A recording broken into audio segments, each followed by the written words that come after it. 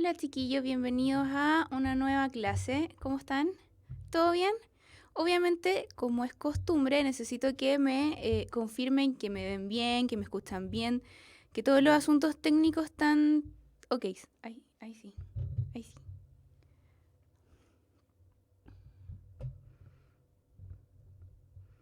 ¿Todo bien? Todo bien, maravilloso. Ya chiquillos, hoy día empezamos un nuevo eje en la materia. Vamos a ver todo lo que es ciudadanía. Nos quedan 5 clases contando esta. Nos quedan 5 clases contando esta. Así es que vamos a partir con el eje de ciudadanía. Hoy día vamos a ver el Estado de Derecho en Chile, pero como es costumbre, antes de comenzar con la clase vamos a responder un par de preguntas antes de comenzar para refrescar la materia de la clase anterior. ¿Alguien tiene una consulta? Al tiro.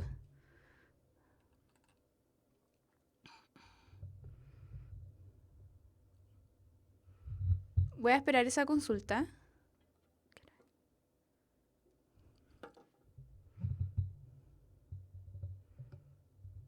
Ya, mientras llega la consulta en el chat.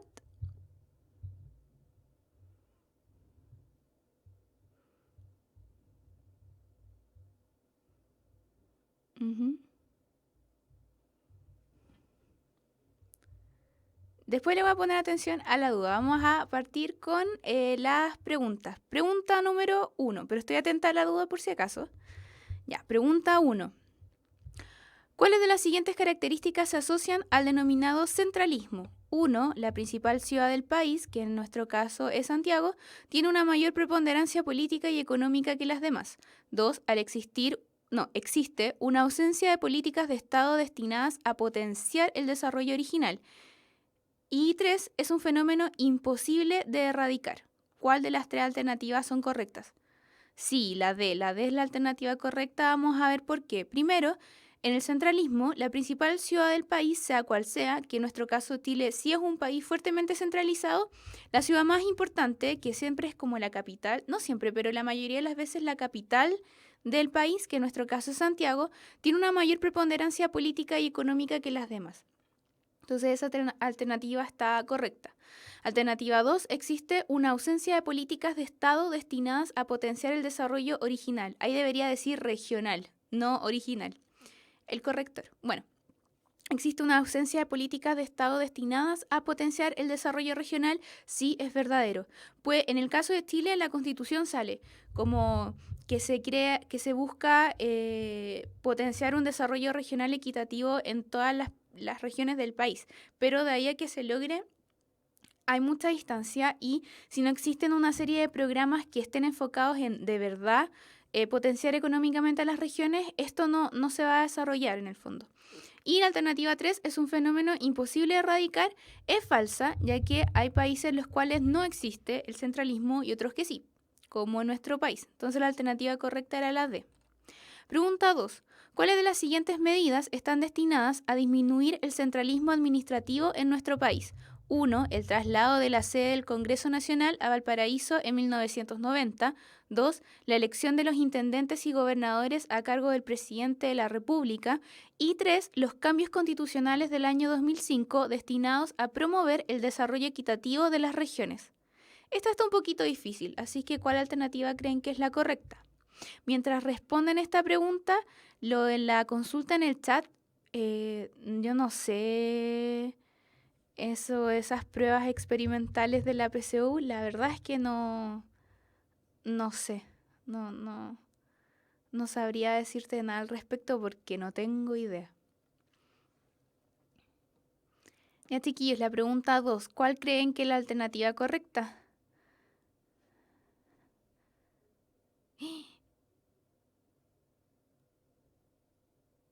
Ya, está mala, error mío. No está la alternativa correcta. La alternativa D debería decir 1 y 3. Error mío. Y ya les di la correcta porque la alternativa correcta es la D, pero es 1 y 3, no 1 y 2. Fue un error mío de redacción. Vamos a ver punto por punto por qué. Alternativa 1, el traslado de la sede del Congreso Nacional a Valparaíso sí es una medida que busca disminuir el centralismo, ya que Bueno, antes de eso estaba la dictadura y durante el gobierno militar no había parlamento, pero al momento en que vuelve la democracia del año 90 se decide trasladar el Congreso a Valparaíso como una medida de que no todos los organismos centrales estuvieran en Santiago, sino que también hubieran otros en regiones. Entonces, sí, la 1 es correcta. La 2 es falsa, es un error mío de redacción. Recuerden que la alternativa correcta es de 1 y 3. ¿Por qué la 2 es falsa? Porque al hecho de que el presidente por sí mismo elija a los intendentes y gobernadores, ya le quita a la gente que va a ser en el fondo administrada por estos cargos públicos, les limita la posibilidad de participar activamente en la elección de sus autoridades regionales. Y eso no se puede interpretar como una medida destinada a disminuir el centralismo. Todo lo contrario, sino que el hecho de que el presidente designe de acuerdo a su criterio, cuál es la persona adecuada para cada región, ya sea intendente o gobernador, y que la gente no tenga la posibilidad de elegirlos por ellos mismos, es claramente una medida bastante centralista.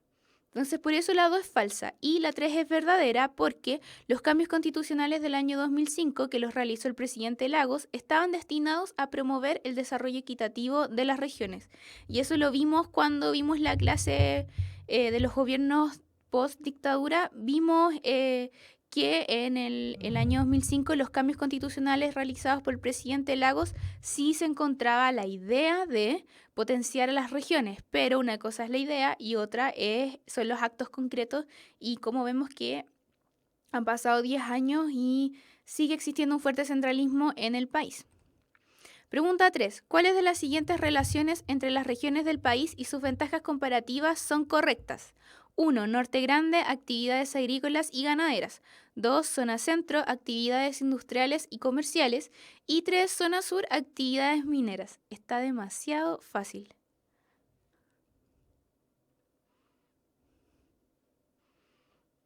¿Cuál creen que es la alternativa correcta?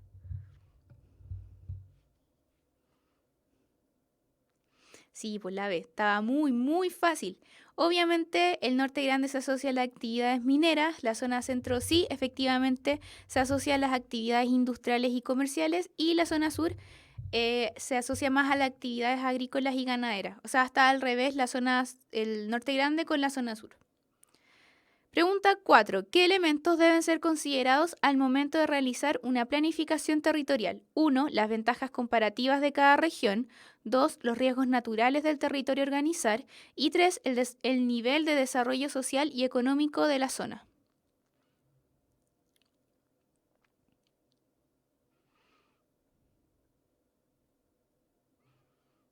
¿Cuál creen que es la alternativa correcta?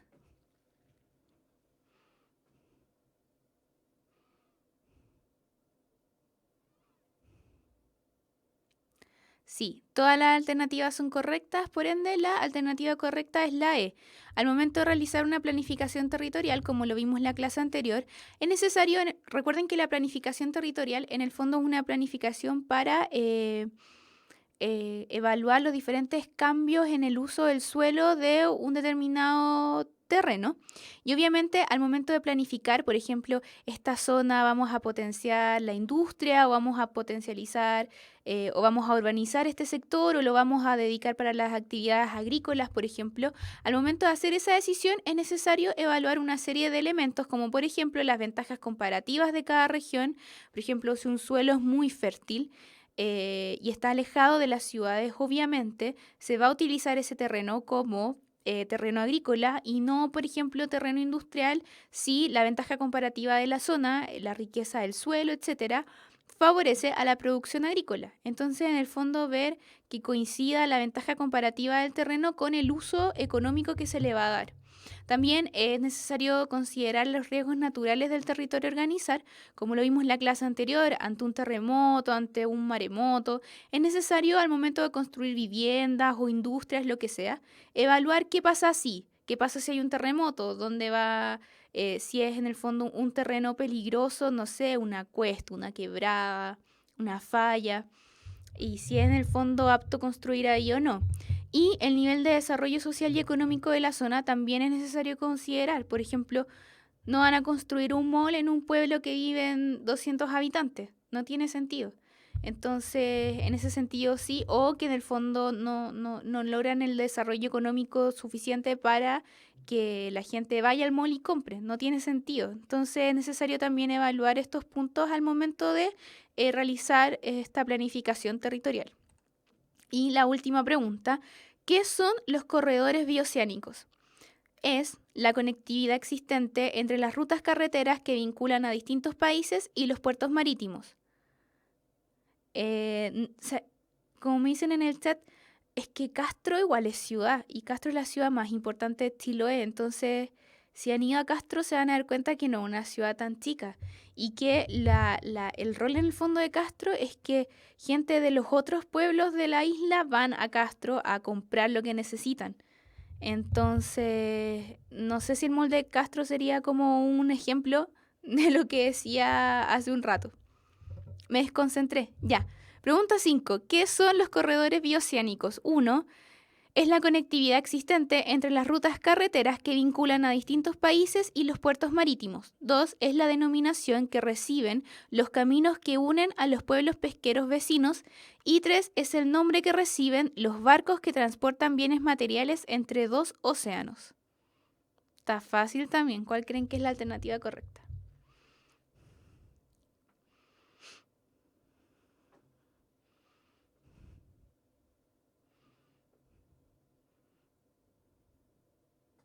Sí, la alternativa correcta estaba bien fácil.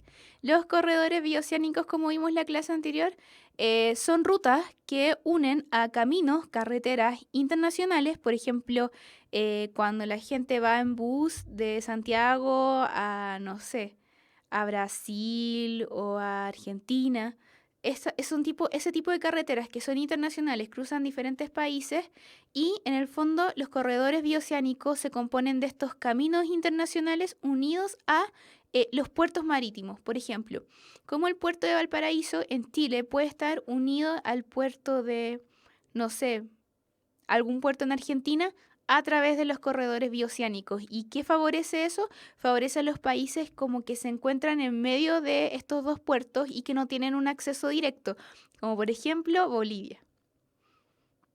Ahí sí están directamente beneficiados en su desarrollo económico porque si bien ellos no tienen un acceso directo, como geográficamente directo a un puerto, sí pueden contar con estos corredores bioceánicos que a través de las carreteras pueden exportar sus productos ya sea hacia el Pacífico o hacia el Atlántico a través de estas carreteras que unen estos dos océanos por tierra. Entonces eso. Bueno, retomando la clase de hoy, vamos a ver el Estado de Derecho en Chile. ¿Cuáles van a ser los contenidos que vamos a ver? ¿Qué es el Estado y la Constitución como conceptos y cómo se desarrollan en nuestro país? ¿Qué es el Estado de Derecho y la división de poderes? Los tres poderes, poder ejecutivo, legislativo y judicial. La reforma procesal penal la vamos a ver muy resumidamente y los gobiernos y administración territorial. ¿Cuál es el objetivo de la clase de hoy? Comprender la organización estatal de nuestro país. Partimos. ¿Qué es el Estado? El Estado es una organización política que una sociedad considera válida. Dicha institución ejerce soberanamente la administración política sobre un territorio y su población, y su fin máximo es conseguir el bien común de todos los habitantes del país. Para empezar, hay dos cosas que son distintas y que muchas veces hay que tener cuidado cuando uno habla. Una cosa es el Estado de Chile. Y otra cosa es el gobierno de ABC, de presidente. Son cosas diferentes. Por ejemplo, hoy día el Estado de Chile se mantiene en el fondo como estable. Siempre ha sido el Estado de Chile. Pero ha pasado por una serie de gobiernos o de tipos de gobierno diferentes. Por ejemplo, ahora que estamos en democracia, estamos hablando del gobierno hoy día de hoy de Michelle Bachelet, pero al momento de hablar en la época de la dictadura militar era otra forma de gobierno, pero el Estado seguía siendo el Estado de Chile. Es una división bien básica, pero la idea es que quede claro al tiro. Entre los elementos constitutivos del Estado, es decir, qué necesita el Estado para ser Estado, ¿cuáles son los elementos como fundamentales? Se encuentran primero la población. El Estado tiene que administrar, tiene que organizar políticamente a un grupo de personas, si no, no tiene sentido en el fondo la actividad de un Estado. En este sentido, primero elemento constitutivo de un Estado, la población. ¿Qué es la población? Son los habitantes que viven en un territorio determinado, los cuales se agrupan socialmente. Chile. Chile, o sea, en el fondo el Estado de Chile no funcionaría si no existiera la gente que habita en Chile. En este sentido, las personas pueden ser nacionales, chilenas, o extranjeras. Tanto chilenos como migrantes pueden vivir en el territorio de Chile. Y los habitantes nacionales pueden ser luego reconocidos como ciudadanos para así poder participar de la organización política del país. Una cosa es ser habitante de Chile y otra cosa es ser ciudadano. Antes, una persona se convertía en ciudadano al momento de inscribirse en los registros electorales. Pero ahora, como la inscripción es automática y el voto voluntario, la persona al momento de cumplir la mayoría de edad, que en nuestro país son los 18 años, automáticamente se transforma en ciudadano, a no ser que tenga cumpla con una serie de requisitos que en el fondo quitan la calidad de ciudadano a una persona, como por ejemplo tener una pena de cárcel, o creo que también las personas que están mentalmente inhábiles también creo que pierden su calidad de ciudadano. Sí, como dicen en el chat, el Estado es como en el fondo lo que estamos viendo ahora, es como una institución a nivel nacional que en el fondo es la organización política que tiene un país. Pero en la república, claro, es una forma de organización.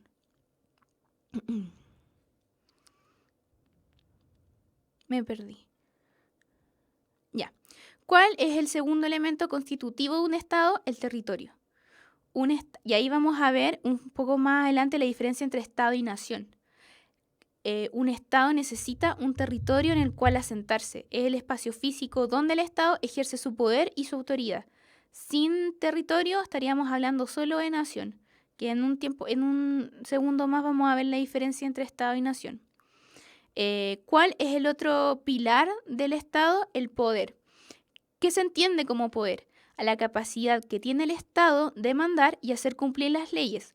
¿Cuáles leyes? Las leyes que se encuentran en la Constitución. Ya lo vamos a ver más adelante en detalle. El poder político es legal cuando se somete a la Constitución y a las leyes. Es decir, por ejemplo, cuando hay un golpe de Estado, como por decir un ejemplo, puede ser el de 73, como muchos otros que han habido en la historia de Chile, en el fondo, por qué es un golpe de Estado? Porque estos actúan a través de la violencia y dejan de respetar o de someterse a lo que señala la Constitución. En el fondo le quitan el poder al mandatario que estaba electamente elegido de acuerdo a la Constitución.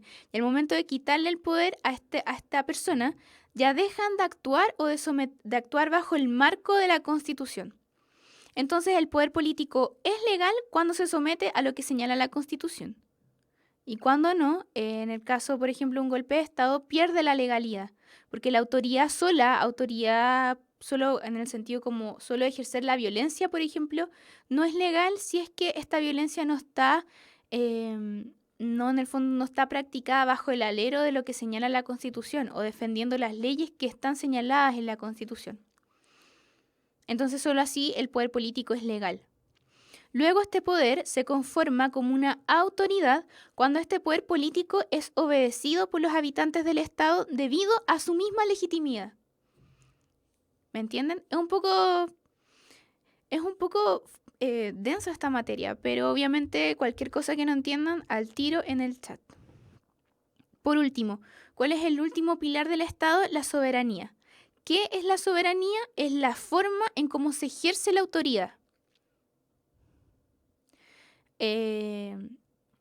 Hoy se entiende que la soberanía reside en la nación, es decir, la soberanía reside en nosotros, en los ciudadanos de este país, y se ejerce a través de elecciones, mecanismo en el cual los ciudadanos electores escogen a las autoridades políticas que nos van a representar.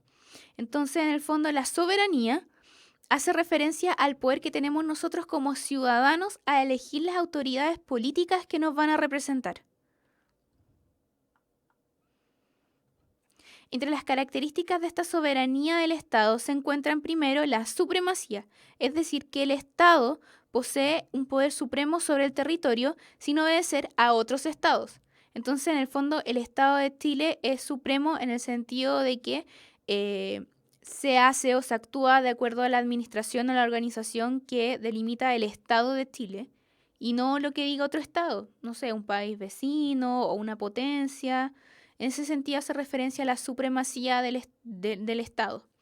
Por otro lado, otra característica de la soberanía del Estado es la dominación. El Estado debe ser obedecido por todos los habitantes del territorio. ¿Por qué? Porque un Estado como, en el fondo, la función correcta del Estado es hacer cumplir lo que señala la Constitución. Y en ese sentido, la Constitución nos domina, nos rige en el fondo a todos, a los gobernantes y a los gobernados. Y por último, otro elemento de la supremacía estatal es la independencia. El Estado de Chile tiene los mismos atributos que cualquier otro Estado y en el fondo tiene la libertad y la independencia suficiente para actuar por sí mismo y no de acuerdo a lo que le señale otro Estado. Ahora, ¿qué es lo interesante?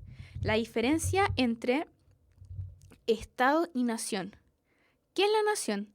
La nación se define como un conjunto de personas que se encuentran unidas por vínculos materiales y espirituales comunes.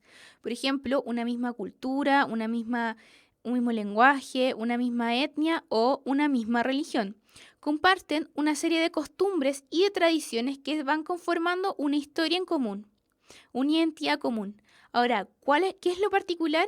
Que una nación puede existir sin estar necesariamente ligada a un territorio. Pero como vimos anteriormente, una de las bases del Estado es el territorio. Entonces ahí está la diferencia en el fondo. Un Estado puede compartir muchas características similares una nación puede compartir muchas de las características que se encuentran en un Estado, como por ejemplo una población con una cultura en común y con una historia en común.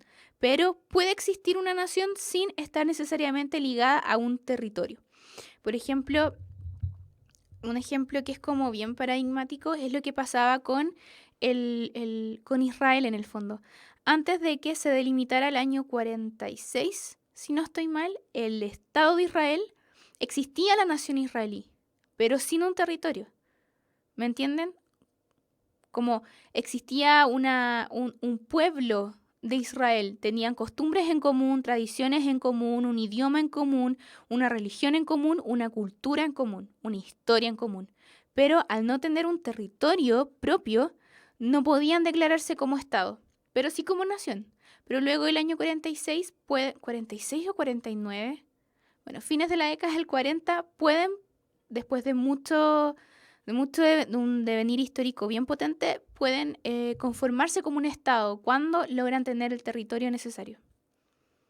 1948. Gracias, estaba cerca. Sí, yo también, como dicen en el chat, yo también estaba pensando en los gitanos. En el sentido de que tienen una historia en común, tienen un idioma en común, tienen tradiciones en común, pero no son un Estado básicamente porque son transhumantes y no tienen un territorio establecido. ¿Los pueblos indígenas no serían naciones? Yo creo que esa pregunta es súper compleja, porque en el fondo estás aplicando un concepto muy no propio del pueblo indígena, como es el concepto de nación, a una realidad absolutamente diferente. Entonces, en el fondo, la organización política que vemos hoy día, por ejemplo, en el pueblo mapuche, el hecho de que exista la bandera mapuche o que quieran organizarse políticamente, eso es un elemento como foráneo. Su cultura originaria no comprendía ese nivel, ese tipo de organización. Sí tenían una organización social, pero no era igual a la que luego se impuso por Occidente. Entonces, en ese sentido, es súper complejo lo que pasa hoy día con los pueblos indígenas. Por ejemplo, Bolivia, si ustedes buscan, Bolivia es como la República Plurinacional de Bolivia. Estoy casi segura que sí. Y es porque en el fondo Evo Morales reconoció que en un mismo territorio que es Bolivia existen diferentes como, no sé si, sí, pues naciones, porque búsquenlo, o sea, me pueden, no estoy segura, entonces pueden buscarlo en Google, que es Bolivia es como la República Plurinacional. Y ahí estáis reconociendo que existen varias naciones en un mismo estado. Pero no, en no todos los países pasa lo mismo. Yo creo que en ese caso Bolivia es como una excepción.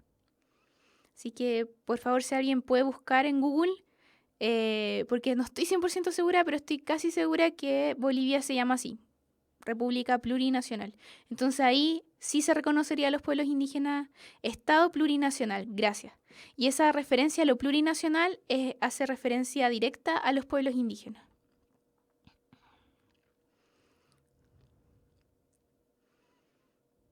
Bueno, entonces volviendo a la diferencia entre Estado y nación, es cuando un pueblo habita un territorio que comienza a requerir de esta cierta organización política para actuar en conjunto. De esta manera la sociedad comienza a organizarse políticamente y así surge el Estado.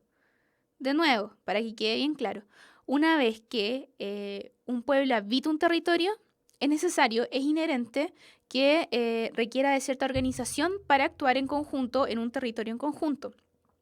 Es así cuando esta sociedad, con una historia en común, con una cultura en común, habitando un territorio en común, comienza a organizarse políticamente y así es como surge el Estado. Y como sale en la presentación, el fin máximo del Estado es conseguir el bien común de todos los habitantes del Estado. La Constitución. La Constitución política de nuestro país, que en nuestro caso estamos todavía regidos por la Constitución originada durante el gobierno militar en 1980, que sufrió una serie de reformas el año 1989, cuando comienza la vía democrática, y el año 2005.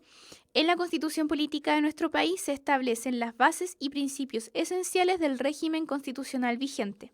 La Constitución, en el fondo, es la ley fundamental de la República de Chile. Acá están, en el fondo, todas las leyes que rigen a los habitantes de este país, a la que deben someterse en su accionar tanto los gobernantes como los gobernados. Es lo que decíamos hace un momento.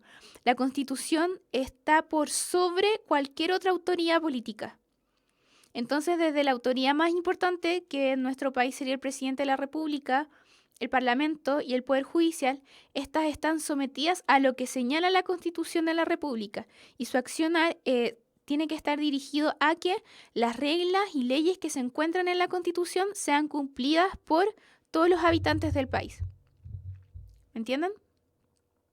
Incluso el Estado con todo su poder político se encuentra limitado por lo señalado en la Constitución. Las bases de la institucionalidad son un conjunto de valores, principios jurídicos y normas que fundamentan a la Constitución y que son consideradas como válidas y legítimas por la sociedad, por lo tanto son obligatorias para todos sus habitantes. A ver, ¿qué pasa? Sobre todo la última idea. En otros países, yo no sé, no estoy segura. Creo que no se realizó un plebiscito para que nuestro país aceptara esta constitución del año 1980 como, en el fondo, válida. Porque en la gran parte de los países del mundo, al momento en que se cambia una constitución, se realiza un plebiscito para, en el fondo, que la población, que recuerden son los que en el fondo nosotros como ciudadanos tenemos, en el fondo reside en nosotros la soberanía de la nación.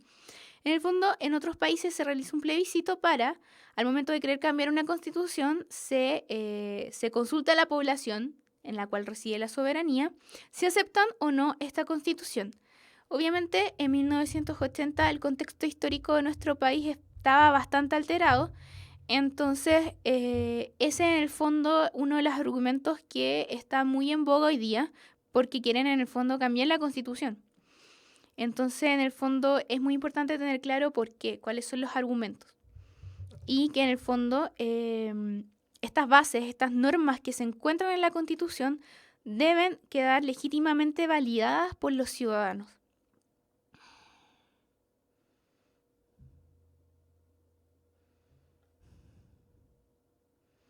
Entre los valores que defiende la Constitución se encuentra el promover la dignidad, libertad e igualdad de las personas, así como también considerar a la familia como el núcleo fundamental de la sociedad. Ahí se ve palabra por palabra la dignidad, libertad e igualdad de todos los ciudadanos chilenos. Obviamente está leyendo un libro que como de facto, como legalmente todos nos podemos considerar iguales. Por ejemplo, yo, mi vecino, el presidente de la República, el senador de mi distrito, todos nos podemos considerar como legalmente iguales. Tenemos los mismos deberes y los mismos derechos. Pero de facto es muy difícil que nos consideremos todos iguales, sobre todo por por las grandes diferencias sociales que existen en nuestro país. Pero legal, como escrito en el papel, todos somos iguales. Ahora, que esto se cumpla o no, da para discutir en el fondo. Entonces, también se ve a la familia como el núcleo fundamental de la sociedad. Ahora, ¿qué tipo de familia señala la Constitución? Eso también da para una discusión bien larga. Y el respeto a los grupos intermedios. Estos son, por ejemplo, las asociaciones de personas, las asociaciones políticas, juntas vecinales, etcétera. Respetar la autonomía de estos grupos intermedios y su autonomía.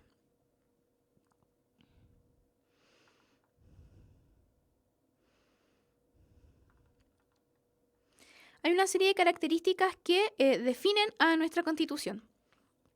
Entre las características y que en el fondo influyen en cómo se arma el Estado. Recuerden que el Estado se conforma en base a lo que señala la Constitución. Entonces, ¿cuáles son estas características del Estado chileno? Primero, el carácter instrumental. Según la Constitución, el Estado está al servicio de la persona humana. Esto implica que el Estado no es un fin en sí mismo, sino un medio. ¿Un medio para qué? Para favorecer el desarrollo de todos los ciudadanos. Luego, otra de las características del Estado es la finalidad suprema. Como lo vimos en la diapositiva anterior, el fin máximo del Estado, ¿cuál es? ¿Cuál es en el fondo la meta de esta organización política a nivel país? Lograr el bien común de todos sus habitantes. Ahora, si se logra o no, también da mucho para el debate. Es por eso, como vimos en clases anteriores, en estos últimos 25 años, cuál ha sido como en el fondo la meta de los diferentes gobernantes que en el fondo manejan el Estado. Pagar esta o saldar esta deuda social, no sé si se acuerdan, que en el fondo es promover una mayor red de servicios públicos, salud pública, educación pública, de calidad también obviamente. Y en el fondo ese es el fin máximo del Estado, que todos los habitantes logren el bien común, que en el fondo tengan acceso a en el fondo los bienes más elementales como la salud, la educación, una previsión también. Entonces ese es el fin máximo del Estado, lograr el bien común de sus habitantes. Este concepto de bien común posee un carácter ético-humanista, ya que está en función de la dignidad y los derechos de las personas, y en el fondo lo que se busca lograr es la realización integral de cada ciudadano, de cada persona que habite en nuestra sociedad. Por último, el Estado tiene una serie de deberes que se encuentran obviamente estipulados en la Constitución, los cuales entre ellos se encuentra el deber de seguridad nacional, que debe ser entendida como la seguridad de la nación o el Estado en su conjunto. No sé, fantaseando, si tuviéramos un ataque de algún país en el extranjero, el deber del Estado es defender al país, considerando sus habitantes y los derechos de las personas y del territorio también. Esta seguridad es una condición básica para poder lograr los fines estatales. Piensen, por ejemplo, en un país en guerra, por ejemplo, Siria. Siria carece de esta seguridad nacional. Por ende, Siria como Estado no puede realizar la organización política básica para lograr el bien común de sus habitantes, porque su seguridad está en constante declive. ¿Qué pasa? Los habitantes deben abandonar Siria porque las condiciones de vida no son las mejores para ellos y sus familias. En el fondo ahí se ve un ejemplo de cómo la seguridad es un elemento clave al momento de que el Estado realice su actividad organizativa. uno de los elementos claves de la organización... ¿Me van siguiendo bien? Porque en el chat los veo súper calladitos. No he visto más dudas ni consultas. Recuerden que si no entienden algo, pregunten al tiro antes de que sea demasiado tarde. Así es que, por favor, si tienen dudas, al chat. Porque esta materia es como bien densa. Es como súper abstracta. No es como lo que hemos visto en historia, en geografía, que son cosas más concretas. Como que todo lo que tiene que ver con el derecho y las leyes es algo súper abstracto y por ende es un poco complicado de entender. Así que yo los entiendo porque yo también estoy un poco complicada tratando de explicar los contenidos porque claro, es una materia súper abstracta. Pero vamos a seguir. Uno de los elementos claves de la organización política de nuestro país y fundamento de la democracia son los derechos humanos. Se entiende como derechos humanos aquellos derechos, libertades e igualdades que fluyen de la dignidad humana y son intrínsecos de la persona. O sea, son derechos que toda persona, por el hecho de ser persona, los tiene. Derecho a ser iguales unos a otros, a tener una dignidad de condición humana, a tener una serie de libertades también. Constitucionalmente, el fundamento de los derechos humanos es que emanan de la naturaleza humana. Eso hace referencia al concepto intrínseco. Algo intrínseco es algo propio. Entonces los derechos humanos son propios de las personas, sea quien sea la persona, tenga la edad que tenga, sea la raza que sea del país que sea, son derechos inherentes a cada ser humano. En este sentido, la Constitución de nuestro país asume la doctrina jurídica ius naturalista. Se la voy a escribir.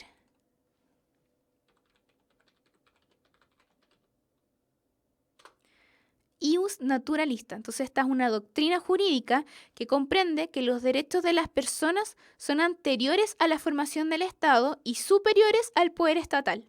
O sea, que antes del Estado como organización suprema, antes que eso, que en el fondo el Estado es la organización máxima de un país, más importante que el Estado son los derechos de cada persona que habita en ese Estado. Los derechos humanos de cada persona que habita en ese Estado. Esto limita automáticamente la soberanía del Estado. Algo que, por ejemplo, lo vemos en la historia reciente de nuestro país. Es inevitable pensar en lo que sucedió en el año 1973 en adelante. Por eso es tan importante el tema de los derechos humanos, que hay veces que ha pasado tanto tiempo, pero sigue estando muy en boga. ¿Por qué? Porque en el fondo, de acuerdo a nuestra Constitución, los derechos humanos están antes del propio Estado.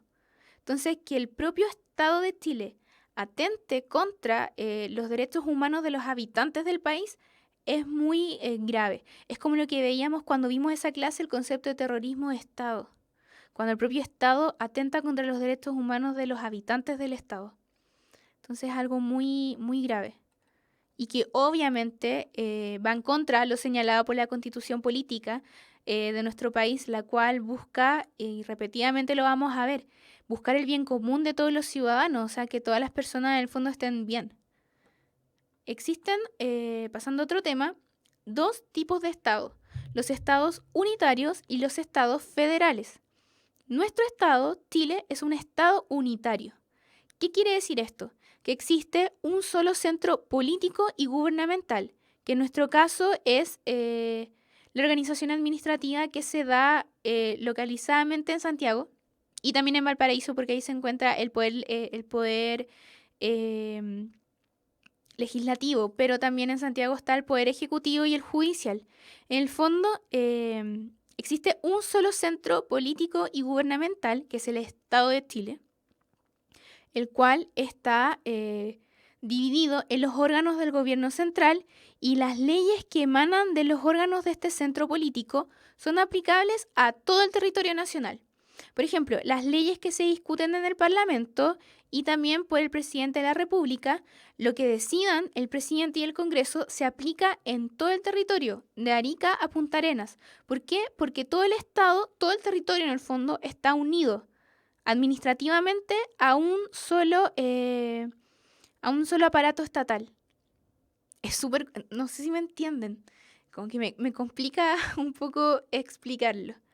Entonces, en el fondo, que Chile sea un Estado unitario es que existe un solo centro político y gubernamental. En cambio, en un Estado federal, la estructura del Estado está descentralizada políticamente. Es decir, que por una parte existen varios centros de poder político. Por una parte está el Estado federal. El ejemplo más claro es Estados Unidos. Por ejemplo, en Estados Unidos está el Estado federal que ejerce el gobierno central. Por ejemplo, Barack Obama. Él es el presidente de Estados Unidos como Estado completo, pero como Estado federal. Y por otro lado están los estados federados que manejan los gobiernos regionales.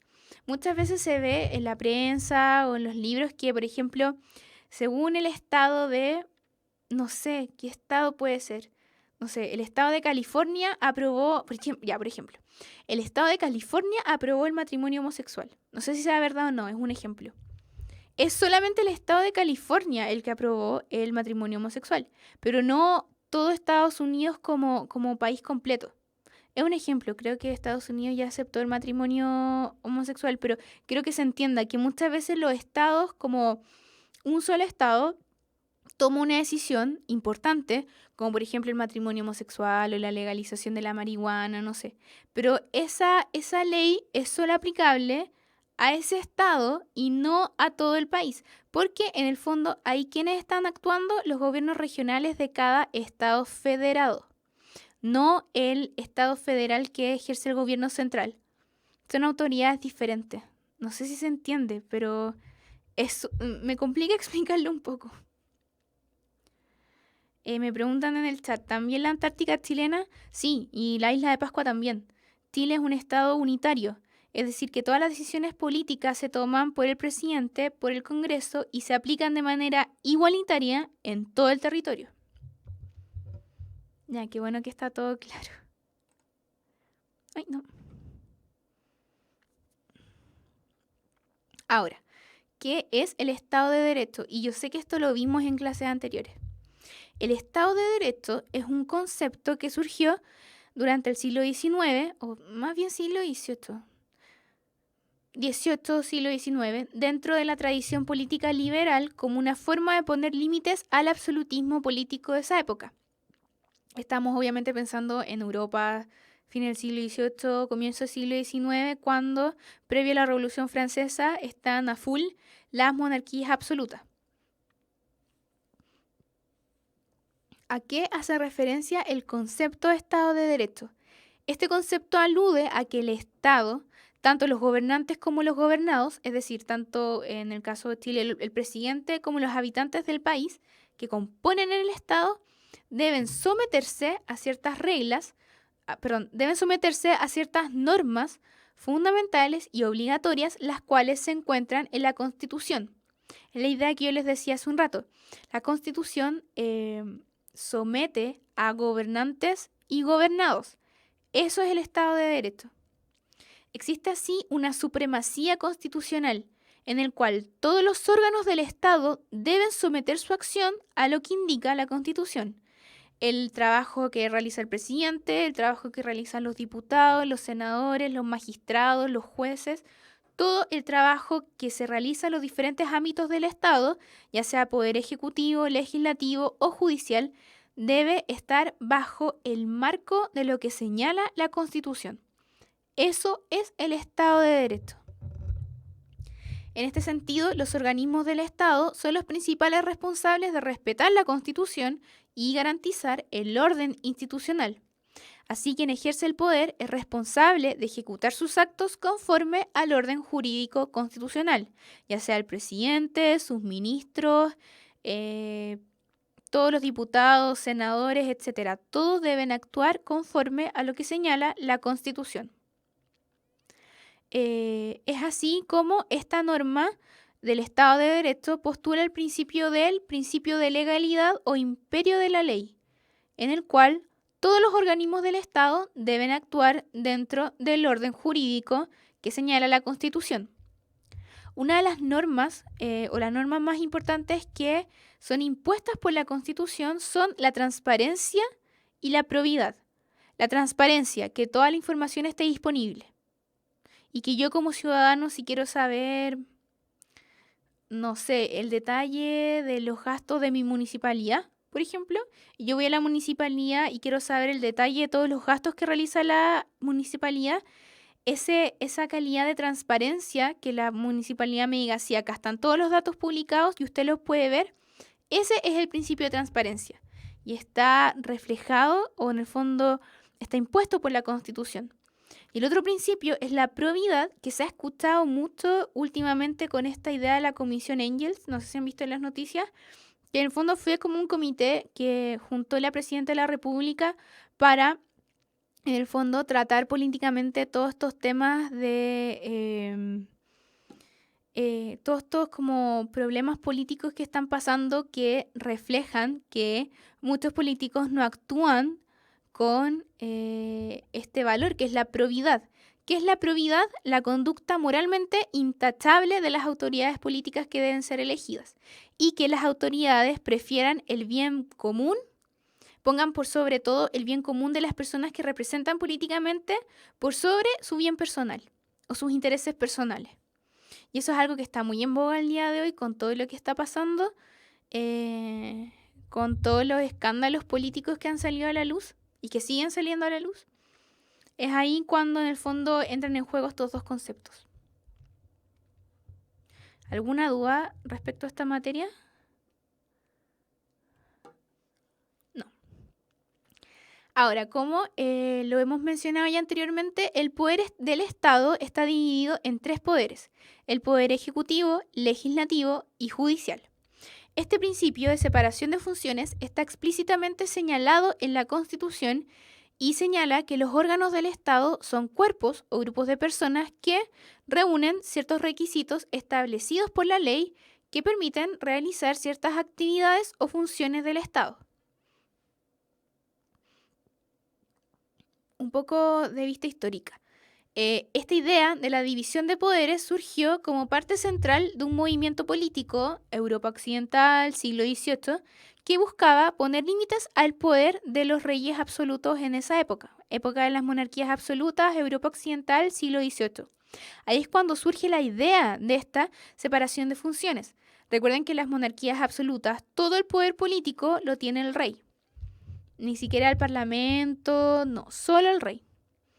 Uno de los principales como pensadores de esta separación de funciones fue John Locke, que es inglés, que es un liberal súper importante. Para John Locke, las libertades de los individuos eran el principio fundamental que había que preservar en la organización de la sociedad civil. Y la mejor manera o la mejor forma de garantizar estas libertades de los individuos era a través de la separación de poderes.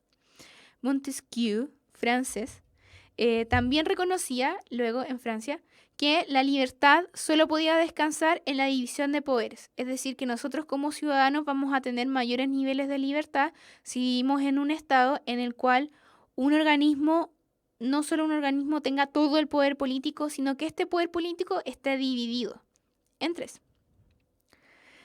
Oh, me equivoqué. Ahí sí. Luego de la Revolución Francesa, cuando comienzan a caer las monarquías europeas, de ahí en adelante prácticamente todas las constituciones occidentales hicieron suyo el principio de la división de poderes, aunque también surgieron críticas que señalan que el poder del Estado es uno e indivisible y que en la práctica nunca se aplicaría esta división estricta de poderes y siempre va a existir la preeminencia de uno de los órganos del Estado por sobre otros. Por ejemplo, eso lo podemos ver en la historia de nuestro país. En la época de la República Parlamentaria, el Parlamento estaba por sobre lo que decidía el Poder Ejecutivo. Recuerden en la época de Balmaceda, que el presidente quería hacer una serie de reformas, pero el Parlamento no lo dejaba, ¿se acuerdan? Ahí hay un ejemplo de cómo el Poder Legislativo estaba por sobre el Poder Ejecutivo. O también se dio luego en nuestro país la República Presidencialista, en la cual el Poder Ejecutivo estaba por sobre el Poder Legislativo.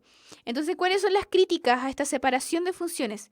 Que los tres poderes nunca van a estar como divididamente equitativos. No es que los tres estén en igualdad de condiciones, sino que siempre va a haber uno por sobre los demás.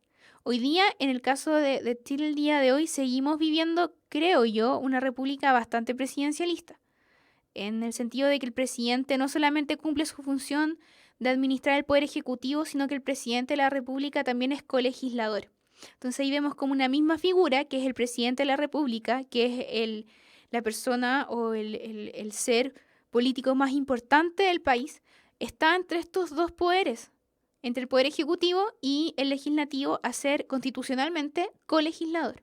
Entonces esas son las críticas, que si bien se divide el poder en tres, nunca va a ser como parejito, siempre va a haber un poder por sobre los demás.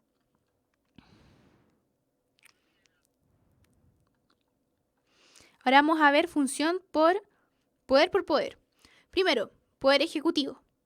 Consiste en la toma de decisiones de la dirección del Estado, administrarlo y dar ejecución al cumplimiento de las leyes. ¿Se entiende? De nuevo. El poder ejecutivo consiste en la toma de decisiones de la dirección del Estado, administrar en el fondo el Estado y principalmente dar ejecución o cumplimiento a las leyes. En el fondo, administrar políticamente el Estado de acuerdo a lo que señalan las leyes que se encuentran en la Constitución.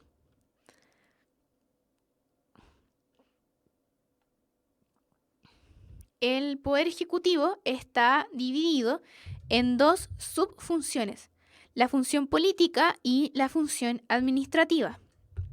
¿En qué consiste cada una de estas funciones? La función política consiste en la dirección superior del Estado, siendo el titular de esta función el presidente de la República. ¿Qué le corresponde hacer al presidente de la República? Le corresponde planificar y coordinar todas las políticas superiores de Estado, considerando los principios de la democracia en nuestro país. Entonces, ¿cuál es la función política del presidente? Planificar y coordinar todas las políticas administrativas superiores a nivel de Estado. Al coordinar estas distintas políticas, el presidente debe lograr integrar las diferentes decisiones y acciones de gobierno bajo una perspectiva a largo plazo. Por ejemplo, cuando se acepta o por ejemplo cuando se coordina, no sé, la construcción de un nuevo hospital público. Por ejemplo, si hoy día, el día de hoy, la presidenta actual firma, no sé, algún decreto o comienza un proyecto de la construcción de un nuevo hospital público, es una política a largo plazo, porque quizás cuando ella deje le corresponda terminar su periodo presidencial, el hospital quizás todavía no esté terminado de construir. Va a ser el presidente siguiente el que va a, en el fondo, organizar este hospital y va a salir en la prensa y va a cortar como esa cinta presidencial, etcétera. A eso se refiere con políticas de largo plazo, sobre todo ahora que el periodo presidencial dura menos. Ahí hay diferentes opiniones al respecto. Yo encuentro que 4 años es poco, pero bueno, cada persona tendrá su opinión. Entonces es muy importante que al momento de que el presidente coordine estas acciones políticas a nivel de Estado, piense no solamente en el periodo de su gobierno, sino en políticas a largo plazo. ¿Qué se refiere la otra función? La función administrativa. Se entiende por administración a la realización de un conjunto de prácticas cotidianas y sistemáticas orientadas a la aplicación de las leyes. Muchas veces, entonces, ¿a qué se refiere la función administrativa? A llevar a cabo estas prácticas que busquen que las leyes que se encuentran en la Constitución se apliquen.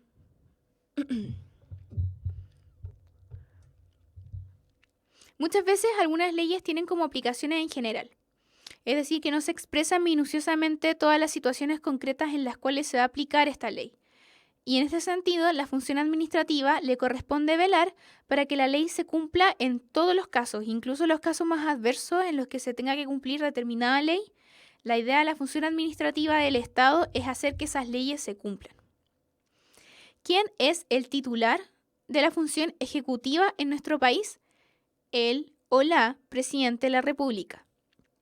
A él le compete tanto el gobierno, por ejemplo, lo que les decía antes, el gobierno de cada presidente es como el periodo de su mandato y lo que realiza en su mandato, pero también le corresponde a la figura del presidente administrar el Estado, que es como vimos anteriormente la diferencia entre Estado y gobierno.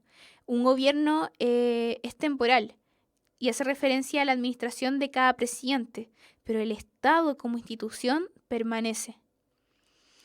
El cargo de presidente de la República dura 4 años y no puede ser reelegido inmediatamente. No es como en Estados Unidos, que el cargo creo que dura 5 años, pero pueden ser reelectos inmediatamente. Pero creo que el límite son 2 reelecciones, como por ejemplo Obama, que él fue reelecto y ahora está terminando su segundo periodo.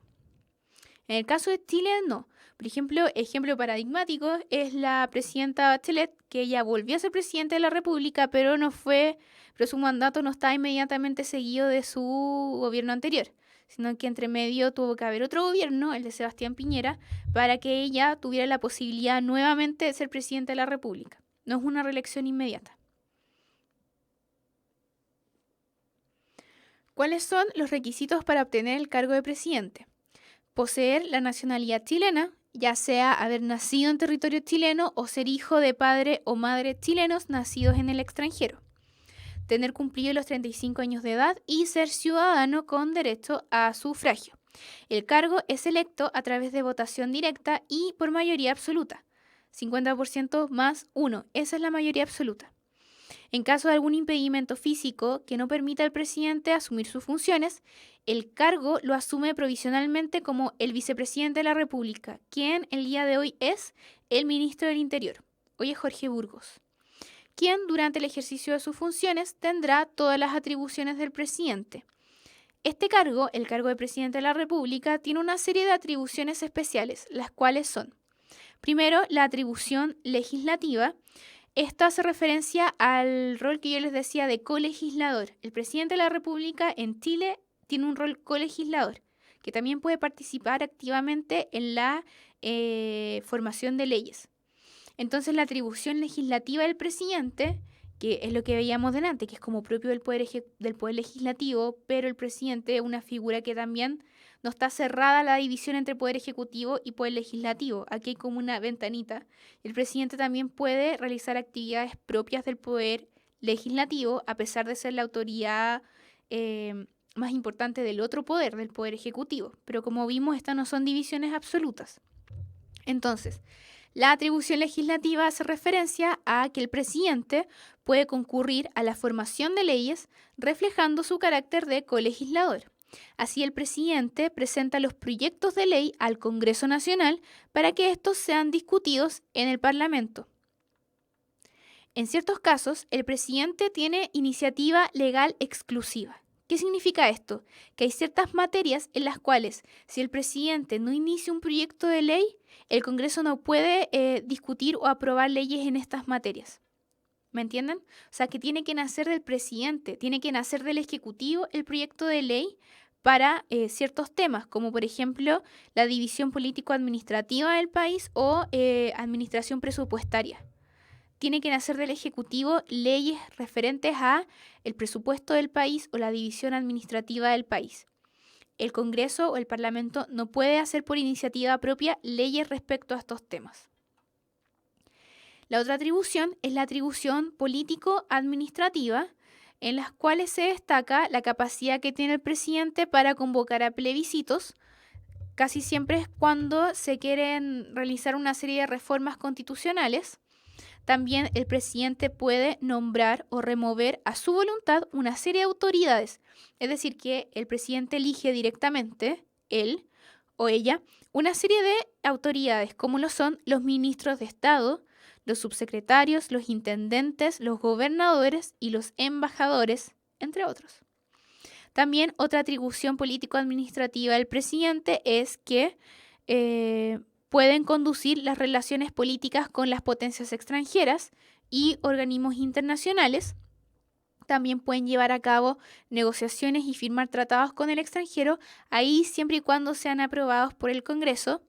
Otra facultad del presidente es la de designar o remover a los comandantes en jefe de las Fuerzas Armadas y otorgar indultos.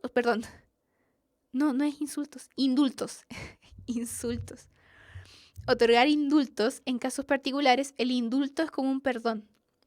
Entonces, en casos particulares, no sé, de cierto acusado sobre no sé, algún delito en especial, el presidente puede, en el fondo, utilizar su derecho a indulto y declarar estados de excepción constitucional. Como por ejemplo cuando hay alguna catástrofe natural, los estados de excepción creo que es cuando se le permite a las Fuerzas Armadas, en el fondo, manejar la situación en conjunto con el Ejecutivo. ¿Todo claro con el Poder Ejecutivo?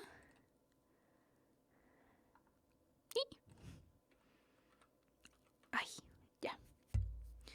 La función legislativa. La función legislativa se asocia a la función de la producción de normas generales y obligatorias tendientes a regular la conducta de las personas. Además, entonces, ¿qué es la función legislativa? La producción de leyes. Leyes que tienden a regular la conducta de las personas, de los ciudadanos.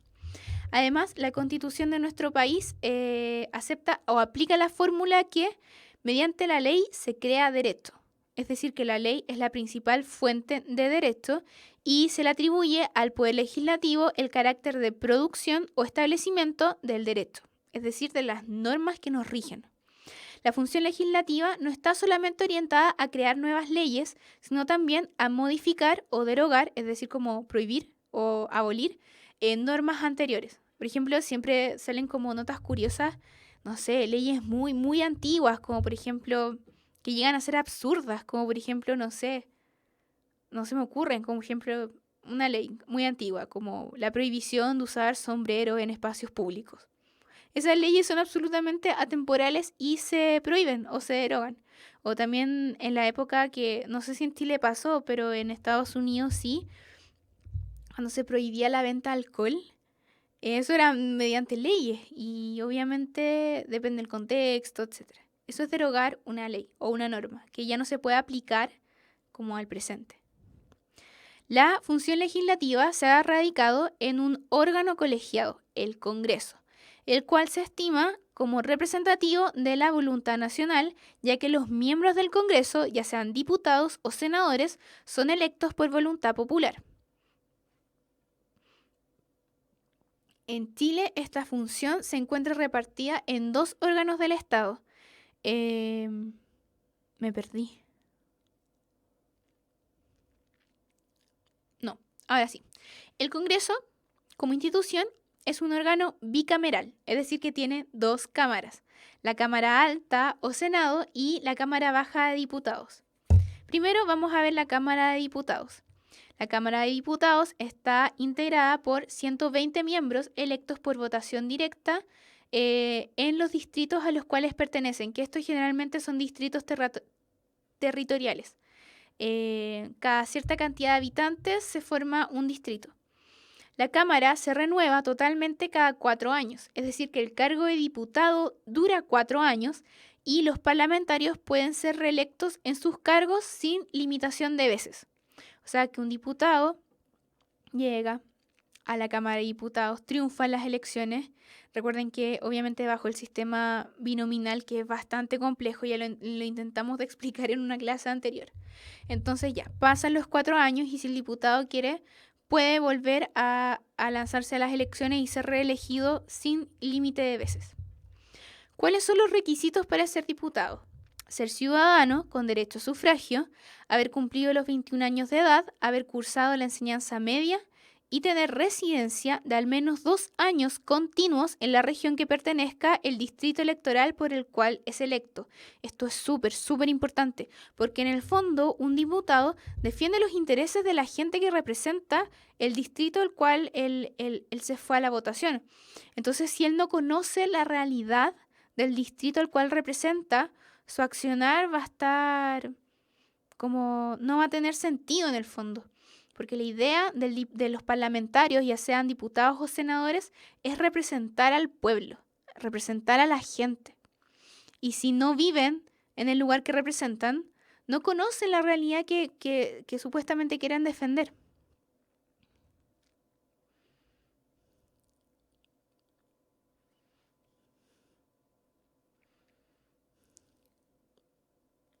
Me preguntan en el chat. No, espera. Antes voy a terminar con la Cámara de Diputados y ahí voy con la pregunta. Entre las atribuciones de la Cámara de Diputados se encuentra fiscalizar los actos del gobierno, es decir, que se vigila que el gobierno, perdón, se vigila que el gobierno cumpla con su función ejecutiva. La fiscalización se realiza a través de observaciones, citaciones a informar o comisiones que busquen investigar que también en el fondo el gobierno está realizando su tarea administrativa. Otra de las atribuciones de la Cámara de Diputados es declarar, si han o no lugar, las acusaciones constitucionales que formulen sus miembros en contra de alguna autoridad del Estado. En el fondo, justificar o no. Algo más. Ya, la duda. ¿Qué pasa cuando el presidente no puede continuar ejerciendo el cargo y le quedan menos de 2 años para la próxima elección presidencial? ¿El nuevo presidente es el ministro del Interior o el Congreso Pleno elige a otra persona? De verdad no sé. Creo que... es que es muy buena la pregunta porque le pusiste tiempo. Le faltan... Cuando queden menos de 2 años para la próxima elección presidencial. Me dejaste con la duda porque francamente no sé. No sé si el Congreso puede elegir otra persona así nomás, en el fondo, y no realizar elecciones. Francamente no lo sé. Me dejaste con la duda. Así que vamos a averiguar después. Volviendo a la materia, ahora vamos a ver la Cámara de Senadores. Esta Cámara se compone por 38 miembros, son mucho menos de los 120 de los diputados. Entonces existen 38 senadores elegidos por votación directa por las circunscripciones senatoriales en consideración a las regiones del país. Los senadores duran 8 años en sus cargos y pueden ser reelegidos de forma indefinida. Entre los requisitos para el cargo son ser ciudadano con derecho a sufragio, haber cumplido los 35 años de edad y haber cursado la enseñanza media. Fíjense que ahí nos sale como requisito lo que salía en la Cámara de Diputados, que es haber vivido en la zona en la cual se está representando. Entre las atribuciones exclusivas del Senado se encuentran conocer las acusaciones que la Cámara de Diputados entable en contra de las autoridades del Estado y resolverlas como jurado. Decidir si han o no lugar las acciones judiciales que cualquier persona pretende iniciar en contra de algún ministro de Estado. Conocer las contiendas de competencia que se susciten entre las autoridades de gobierno y los tribunales superiores de justicia. Esto es cuando una autoridad perteneciente a un órgano realiza actividades de otro órgano que considere privativas suyas. Por ejemplo, algún cargo que sea propio del Poder Ejecutivo realiza actividades del Poder Legislativo, excepto del presidente, obviamente. Otra de las funciones de la Cámara de Senadores es otorgar su acuerdo para que el presidente pueda salir del país, sobre todo y en especial cuando se abandona el país por más de 30 días, y dar dictamen al presidente de la República en los casos que el presidente solicite su apoyo o ayuda. Vamos a adelantar el recreo. Magnífica idea. Vamos a adelantar el recreo, va a ser cortito. Yo tengo las 8:12 a las 8:15 porque todavía nos queda mucha materia. Y eso, vamos a adelantar el recreo. Nos vemos en un par de minutitos más.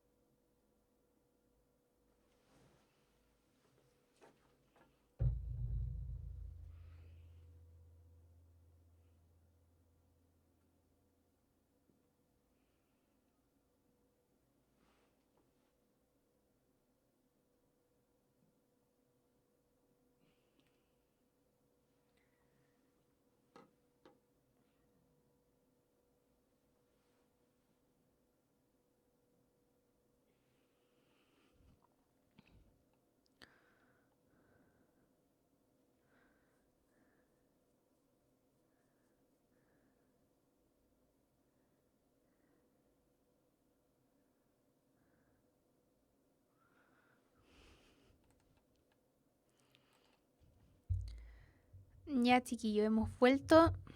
Antes de retomar la clase, les voy a leer un pequeño aviso de Aprendo Emprendo. Si tienen sueños, ideas o proyectos, los invitamos a participar de aprendoemprendo.cl, un concurso de emprendimiento donde los finalistas se reúnen en Santiago para competir con alumnos y profesores de todo Chile y participar por un viaje a Silicon Valley en Estados Unidos. ¿Cómo? Primero, armen su equipo de 2 alumnos máximo más un profesor tutor. Segundo, entren a aprendoemprendo.cl y suban sus ideas o proyectos. Tercero, vean los tutoriales que les permitirán aprender a mejorar y llevar a cabo las ideas. Y cuarto, hagan los test y ya estarán participando. Como estoy viendo, sí, respondieron su duda en el chat. Es diferente o es distinto cuando el presidente tiene un impedimento antes de los 2 años o después. Así que ahí como está en el chat.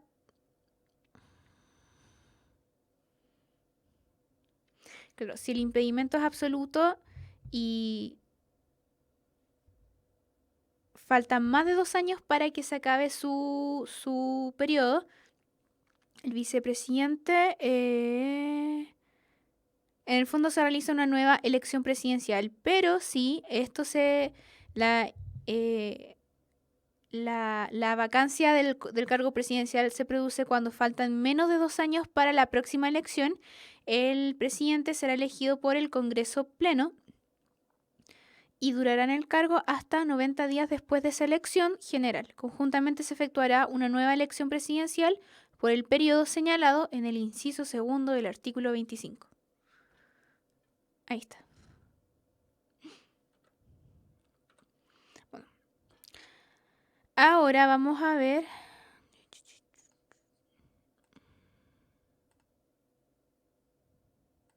Ahí sí. El Poder Judicial. Según la Constitución, a los tribunales de justicia le corresponde la facultad de conocer las causas civiles y criminales, de resolverlas y ejecutar los juzgados. En el fondo, otorgar justicia a los problemas que se encuentran en el fondo entre los ciudadanos de un Estado. Esta es una facultad exclusiva, ya que ni el presidente ni el Congreso pueden ejercer funciones judiciales. El Poder Judicial se divide en diferentes organismos. Primero está la Corte Suprema, que es el Tribunal Supremo de la República. Está integrado por 21 miembros denominados ministros, designados por el presidente con acuerdo del Senado.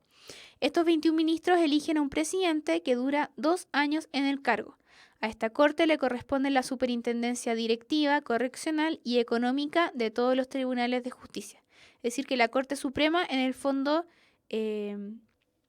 no sé si manda, pero controla todos los tribunales de justicia del país. Luego están las Cortes de Apelaciones, no sé si ven el mouse, ahí están.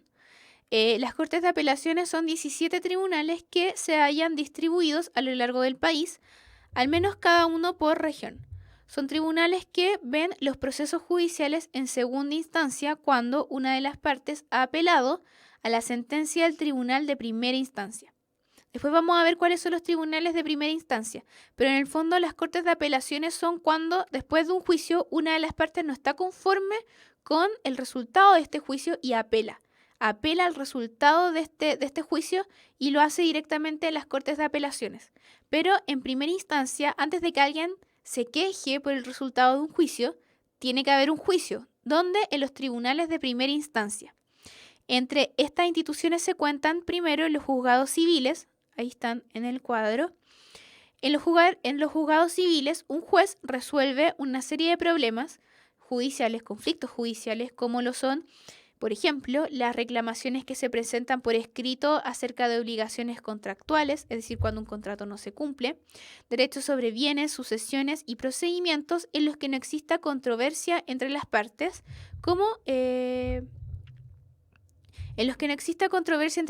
por ejemplo, un divorcio de común acuerdo. A eso se refiere con que no exista controversia entre las partes, que estas partes necesitan una solución jurídica a su problema, pero ambos están de acuerdo en el fondo, la solución que se le está dando. Otro de los tribunales de primera instancia son los juzgados de familia, son los juzgados de letras, Ahí están. Juzgados de competencia común y garantía. Los juzgados de letra de competencia común ven causas que corresponden a distintas áreas del derecho, como procesos civiles, comerciales, de cobranza, problemas familiares, etc. Pero estos últimos se ven más en detalle en los juzgados de familia. Son tribunales que tratan materias relacionadas con el matrimonio civil, la adopción de hijos, violencia intrafamiliar, la tuición y relación con los hijos, etc. Por eso se llaman juzgados de familia.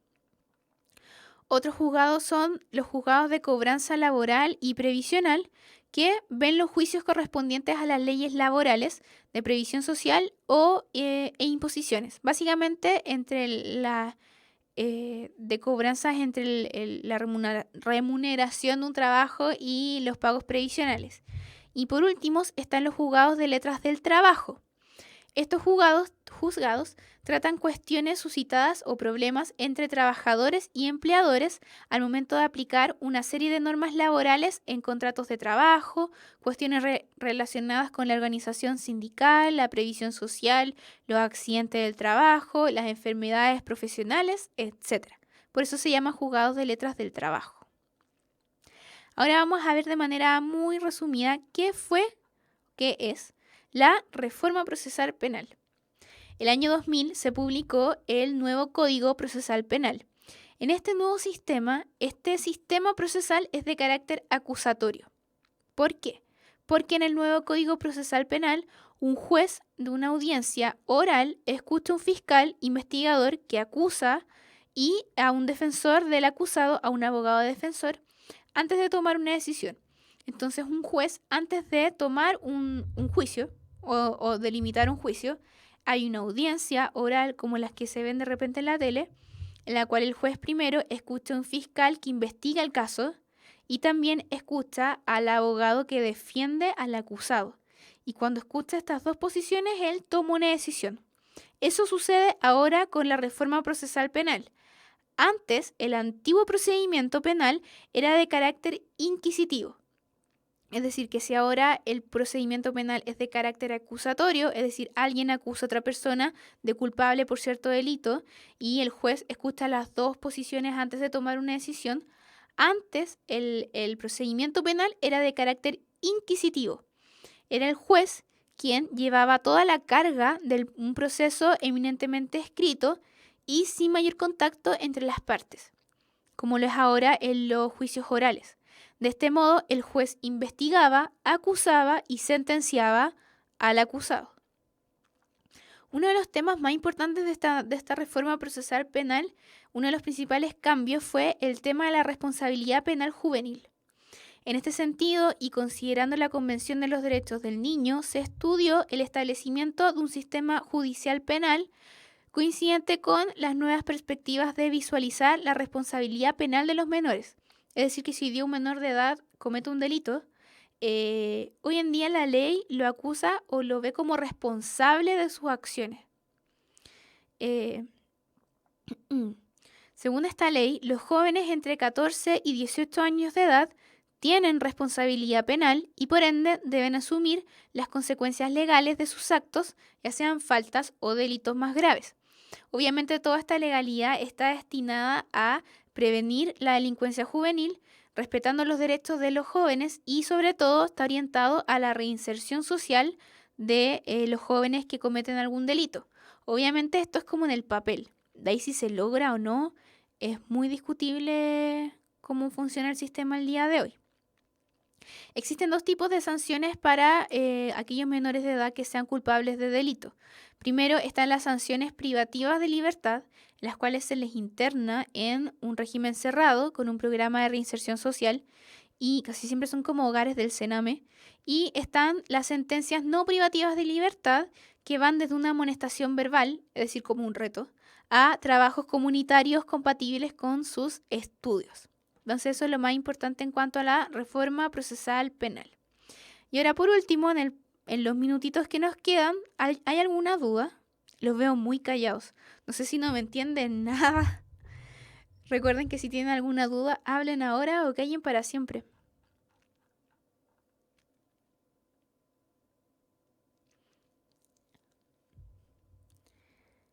A los jueces, ¿quién los elige? Em, espera, estoy retrocediendo en la materia.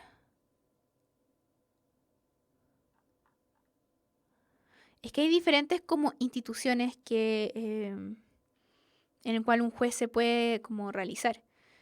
En el caso de la Corte Suprema, los miembros de la Corte Suprema son designados por el presidente y el Senado. Pero eso obviamente estamos hablando de la Corte Suprema. En el caso de los jueces de los diferentes tribunales que vimos, yo creo que llegan al puesto gracias a su trabajo. No, no hay como una designación especial, creo.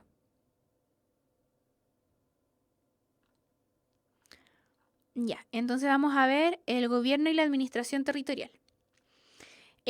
Vamos a ver básicamente, bueno, cómo el gobierno y la administración del Estado corresponden, como ya lo vimos, al presidente de la República.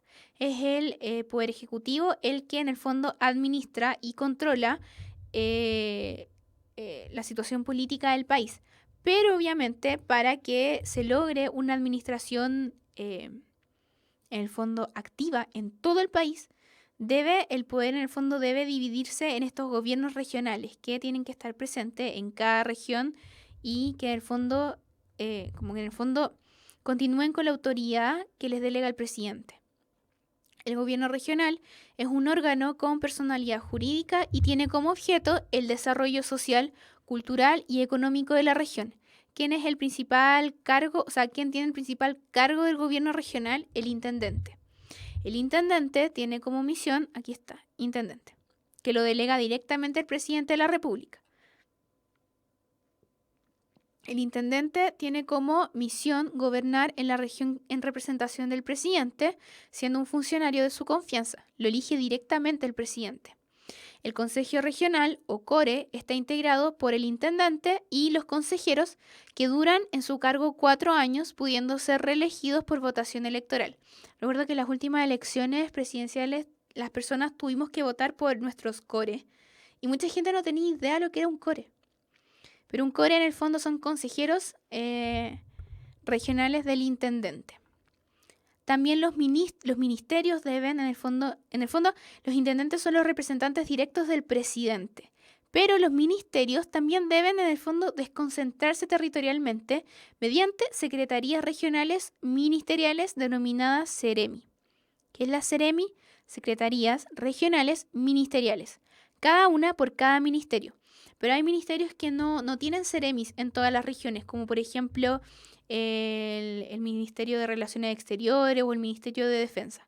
Son básicamente los ministerios más importantes como salud, educación, vivienda, etc. El SEREMI es colaborador, que en el fondo es una persona que tiene el cargo, es colaborador directo del intendente, formando el gabinete regional, subordinando todo lo relacionado a políticas, planes de desarrollo, proyectos de presupuesto, etc. En el fondo, la administración regional respecto a su ministerio. Obviamente un SEREMI Educación va a haber temas de educación con el intendente y con el gabinete regional. Quienes nombran a los SEREMIs son nombrados directamente por el presidente de la República tras ser propuestos por el intendente en su cargo. A nivel de provincia, recuerden que en el fondo regionalmente están las regiones, por ejemplo, la región metropolitana y las regiones están divididas en provincias. En el caso de Santiago está la provincia de Santiago, no me acuerdo el nombre de las demás provincias, pero en el fondo las provincias son divisiones al interior de una región. A nivel provincial están las gobernaciones, que son órganos desconcentrados territorialmente del intendente, de quien dependen jerárquicamente. Entonces el intendente, quien es quien manda la región completa, depende en el fondo el gobernador.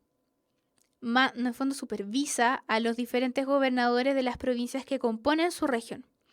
El gobernador cuenta con un comité técnico asesor constituido por las autoridades de los servicios públicos que operen en la región. ¿Quién elige el gobernador? Los intendentes. Los intendentes delegan directamente al gobernador. En las provincias existen un consejo económico y social de carácter consultivo en el que pueden participar la comunidad socialmente organizada. Es decir, que el gobernador no manda solo, sino que también se apoya en un consejo comunal.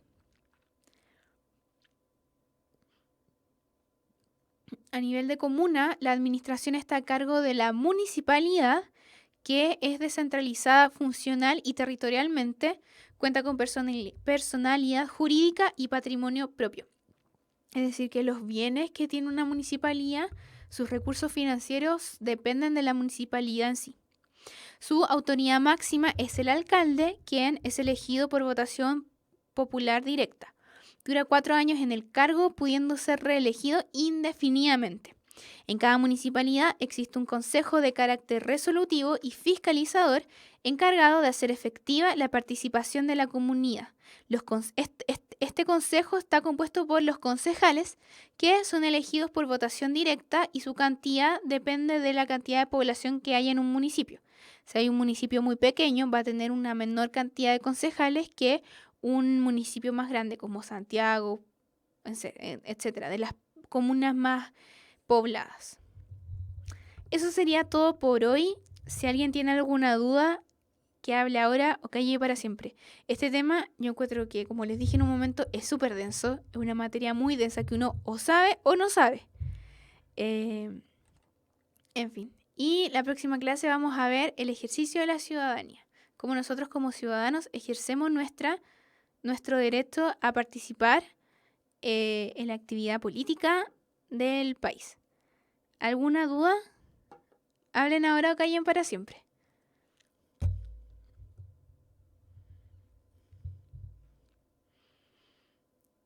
¿No? ¿Ninguna duda?